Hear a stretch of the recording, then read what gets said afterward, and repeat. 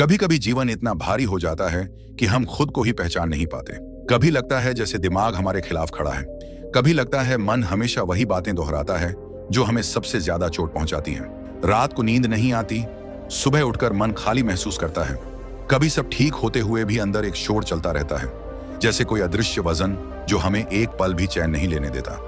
अगर जिंदगी में कभी भी ऐसा महसूस हुआ है तो आज का ये ज्ञान, ये स्क्रिप्ट आपकी आत्मा के बहुत गहरे हिस्से तक जाएगी, क्योंकि आज हम बात कर रहे हैं गौतम बुद्ध के साथ ऐसे सूत्रों की जो मन को शांत नहीं करते बल्कि मन को भीतर से नया जन्म देते हैं।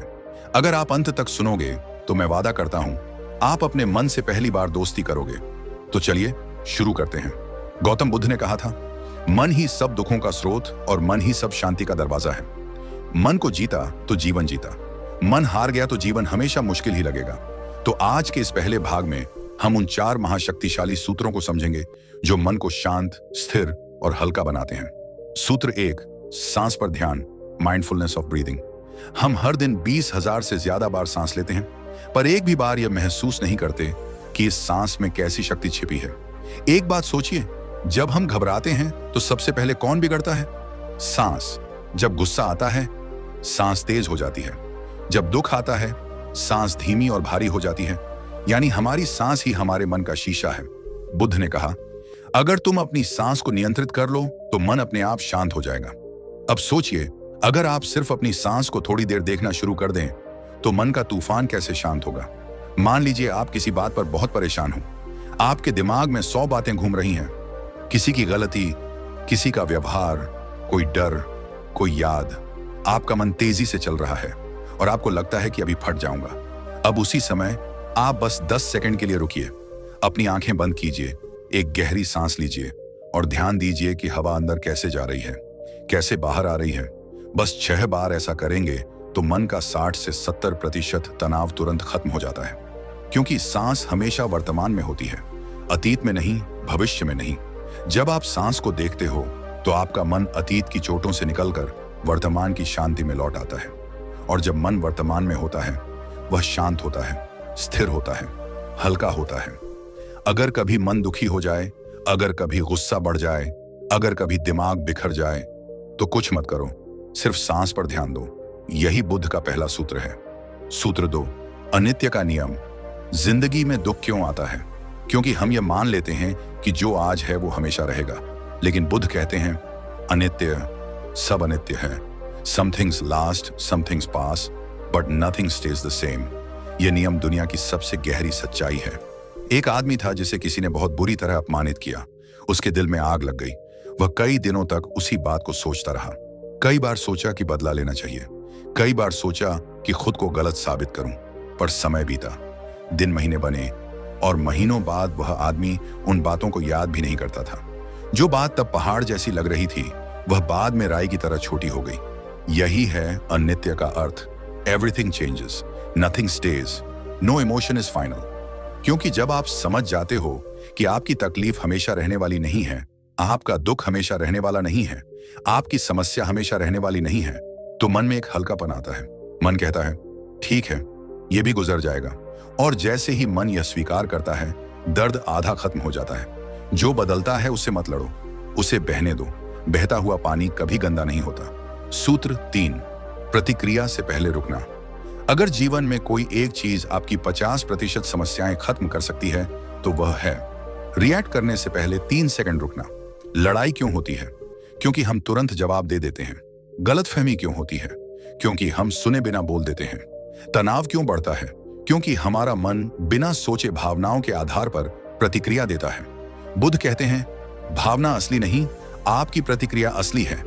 आपका कोई बहुत करीबी आपको कुछ गलत कह देता है, आपका खून खौलने लगता है, मन में 10 जवाब आते हैं।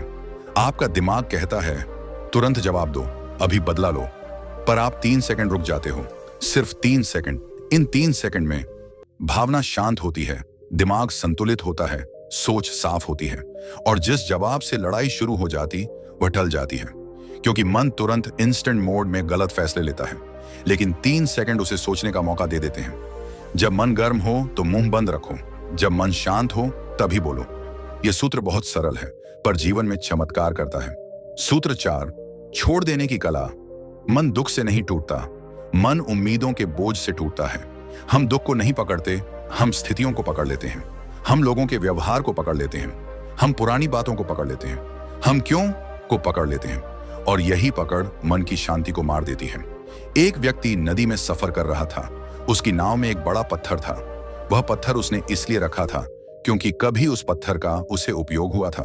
अब नदी तेज थी, नाव डगमगा रही थी, लेकिन वह पत्थर छोड़ नहीं रहा था। बुद्ध ने कहा, तुम्हारे जीवन की नाव में सबसे ज्यादा वजन उन चीजों का है जिनकी तुम्हें अब आवश्यकता ही नहीं। गुस्सा, दर्द, पुरानी यादें, टूटे हुए रिश्तों का बोझ, अपमान, पछतावा, ये सब उस पत्थर की तरह हैं जो मन को डुबो देते हैं। छोड़ देने का मतलब भूलना नहीं है, छोड़ देना का मतलब है उस दर्द को अपने अंदर रहने की अनुमति अब ना देना। रोज रात एक सवाल पूछें, आज मैं क्या छोड़ सकता हूं? शायद किसी की बात का दुख, शायद कोई बोझ, शायद कोई उम्मीद, शायद कोई नाराजगी। धीरे धीरे मन इतना हल्का हो जाता है कि शांति खुद चलकर आपके पास आती है। ये सिर्फ 4 सूत्र थे, लेकिन आगे आने वाले 3 सूत्र आपके मन की जड़ तक पहुंचते हैं। अगर इन 4 सूत्रों ने आपको थोड़ा भी छुआ है तो ये 3 मिस मत करना, क्योंकि वहां जो आप सुनेंगे वह न सिर्फ मन बदलेगा बल्कि पूरा जीवन बदल देगा। अगर आप यहां तक पहुंचे हैं तो इसका मतलब है कि आप सिर्फ जानकारी नहीं ढूंढ रहे, आप अपने मन में एक बदलाव चाहते हैं। अब तक हमने 4 सूत्रों को समझा जो मन के सतह को शांत करते हैं, लेकिन आज इस दूसरे भाग में मैं आपको बुद्ध के वे 3 महाशक्तिशाली सूत्र देने वाला हूं जो मन की गहराई में उतरते हैं, जड़ को छूते हैं और मन को अंदर से बदल देते हैं। ये 3 सूत्र उन लोगों के लिए हैं जो सिर्फ सरवाइव नहीं करना चाहते बल्कि सच में जीना चाहते हैं।